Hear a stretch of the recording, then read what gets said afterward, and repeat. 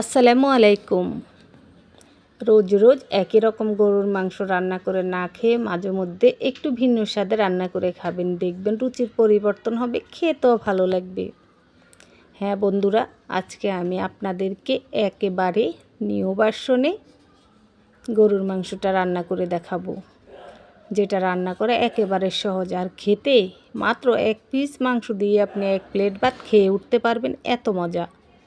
আশা করছি প্রত্যেক দিনের মতো আমার আজকের রেসিপিও প্রত্যেকের ভালো লাগবে। ভালো লাগলে লাইক কমেন্ট করে যাবেন, ফ্রেন্ডস ফ্যামিলির সাথে ভিডিওটা শেয়ার করবেন। আর প্রত্যেক দিন নতুন নতুন রেসিপি পেতে হলে চ্যানেল সাবস্ক্রাইব করে পাশে থাকা অল বাটন ক্লিক করে রাখতে পারেন। চলুন দেখাচ্ছি। গরুর মাংস রান্না করার জন্য এখানে আমি হাফ কেজি গরুর মাংস নিয়ে নিয়েছি, রেগুলার সাইজ করে কাটা আছে, সাথে 2-3 টুকরা চর্বি আছে, সেটাও আমি নিয়ে নিছি, চর্বিটাও ফেলিনি। আচ্ছা যাক, এবার গরুর মাংসটা রান্না করে দেখাবো। এই গরুর মাংসটা আমি আধ ঘন্টা নর্মাল পানিতে ভিজিয়ে রেখে তারপর খুব ভালো করে ধুয়ে পানি ঝরিয়ে নিচ্ছি। এবার গরুর মাংসের সাথে নিয়ে নিচ্ছি আমি মোটা করে কাটা 1 কাপ পেঁয়াজ কুচি নিয়ে নিচ্ছি। এখানে প্রায় 20টার মতো কাঁচামরিচ হবে, মাঝখান থেকে কেটে নিচ্ছি। এই মরিচগুলো ঝাল নেই তাই একটু বেশি নিচ্ছি, আপনারা 5-6টা নেবেন ঝালালা মরিচ হলে। নিয়ে নিচ্ছি সাথে 4টি এলাচ, 4টি লং, 2 টুকরো দারচিনি ও 2টো তেজপাতা ছিঁড়ে নিচ্ছি। নিয়ে নিচ্ছি পুরো 1 চা চামচ লবণ, হাফ চা চামচ হলুদের গুঁড়া, নিয়ে নিচ্ছি 1 টেবিল চামচ মরিচের গুঁড়া।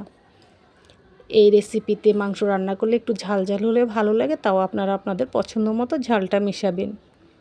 নিয়ে নিচ্ছি হাফ চা চামচ গরম মশলার গুঁড়া, নিয়ে নিচ্ছি হাফ চা চামচ ভাজা জিরার গুঁড়া, আর নিয়ে নিচ্ছি হাফ কাপ সয়াবিন তেল।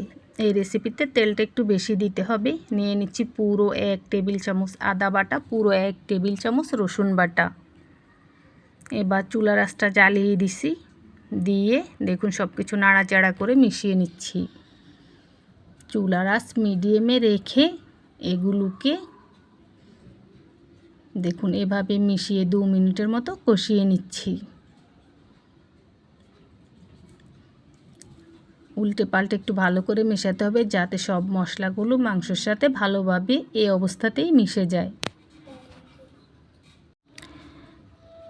চুলার মিডিয়াম আঁচে 2 মিনিট এগুলো কষালে মাংস খুব ভালোভাবে কিন্তু গরম হয়ে যাবে। তারপর যেটা করতে হবে মন দিয়ে শুনুন, ঢাকনা দিয়ে ঢেকে এই মাংসটাকে কষাতে হবে। চুলার আঁচ মিডিয়ামে রেখে ঢাকনা দিয়ে ঢেকে কিছুক্ষণ পর পর ঢাকনা সরিয়ে উল্টে পাল্টে মাংসগুলোকে কষাতে হবে। দেখুন কষিয়ে নিয়ে আবারও ঢাকনা দিয়ে দিব, আবারও কিছুক্ষণ পরে ঢাকনাটা সরিয়ে উল্টে পাল্টে দিব। ঠিক এভাবেই এই মাংসটাকে আমি একেবারে কষা কষা করে নেব। মাংসর গা থেকে কিছুটা পানি বের হবে, সমস্ত মশলা পানি গিয়ে একেবারে তেলের মধ্যে মাংসটা এসে তেল মশলার কাঁচা গন্ধ গিয়ে ভাজা ভাজা ঘ্রাণ বের হবে। ঠিক ততক্ষণ পর্যন্ত ভেজে নিতে হবে। এই দেখুন আমার মাংসটা কষা কষা হয়ে গেছে, একেবারে তেল ছেড়ে দিচ্ছে, খুব সুন্দর ঘ্রাণও বের হয়েছে। ঠিক এ সময়ে দিয়ে দিচ্ছি আমি পুরো 8টি টমেটো। এখানে হাফ কেজি বা হাফ কেজির চেয়ে বেশি হবে। 8টি টমেটো পরিষ্কার করে ধুয়ে তারপর মাঝখান দিয়ে কেটে টমেটোর মুখের অংশটা কেটে ফেলে দিছি। এবার চুলার মিডিয়াম আঁচ রেখেই মাংসের সাথে টমেটোটাকে কষিয়ে নিচ্ছি।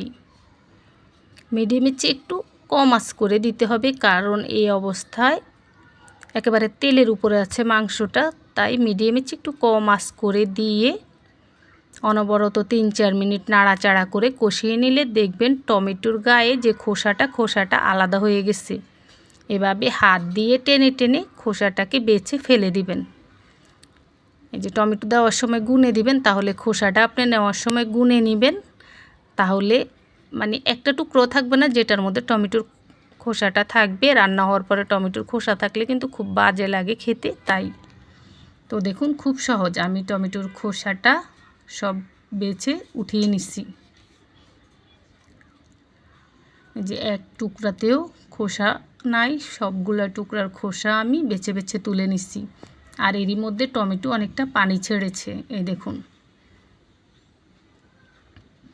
তো এই পানির মধ্যেই আমি ভালো করে টমেটোটাকে কষাচ্ছি। আর একটু কষিয়ে নিতে নিতে টমেটোটা দেখুন এখন অনেকটা মজে গেছে। আর টমেটো থেকে যে খোসাটা তুলে নিছি সেই খোসায় কিন্তু তেল মশলা লেগেছিল, তো আমি তুলে তুলে এই হাফ কাপ পানির মধ্যে রেখেছি। তারপরে এখান থেকে ধুয়ে খোসাটা ফেলে দিছি আর এই তেল মশলার পানিটা মাংসের সাথে দিয়ে দিলাম, মানে মাংসের সাথে দেওয়া কোনো মশলাই যেন ফেলা না যায়, তার জন্য টমেটোর খোসাটা তুলে এই পানিতে নিয়ে ধুয়ে আমি আমার তেল মশলাটা রেখে দিছি। আশা করছি বুঝতে পেরেছেন।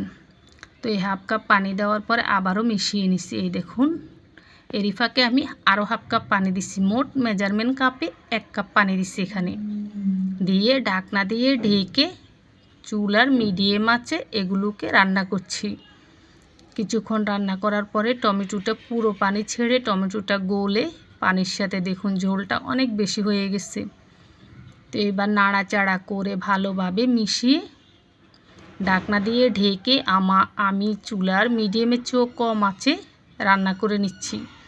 তো অনেকটা সময় লেগেছে মিডিয়ামে চোখ কম আঁচে রেখে, কারণ এখানে বেশি পানি দেবো না, মাংসটা ভালো করে সেদ্ধ হতে হবে, তাই তো অনেকটা সময় লেগেছে কষিয়ে কষিয়ে কষিয়ে কষিয়ে যাতে পাতিলে না লাগে এগুলো রান্না করে নিছি।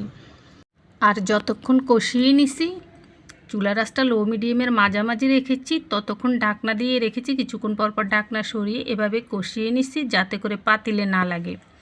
এখানে কিন্তু আমি এখন 1 চা চামচ ভাজা জিরার গুঁড়া দিয়ে দিছি। জিরার গুঁড়াটা মিশিয়ে বাস মাংসটা হয়ে গেছে। এবার বাটিতে নিয়ে দেখাচ্ছি, দেখুন এর কালার কেমন। আর আমি অফ ক্যামেরা চেক করে দেখেছি মাংসটা সেদ্ধ হয়ে গেছে খুব ভালোভাবে। তারপরও অনেকে কিন্তু বেশি নরম তুলতুলে সফট মাংস খেতে পছন্দ করে, তো তারা এখানে 2 কাপ পানি দিবেন, তাহলে একেবারে তুলোর মতো তুলতুলে মাংসটা হবে। আমার মাংসটা খুব ভালো করে সেদ্ধ হয়ে গেছে, তবে তুলোর মতো তুলতুলে না। এই রেসিপিতে মাংসটা এরকম খেতে ভালো লাগে। তো যারা বেশি সেদ্ধ মাংস খেতে ভালো লাগে তাদের জন্য টিপসটা দিয়ে দিলাম। আশা করছি রেসিপিটা সকলের ভালো লেগেছে।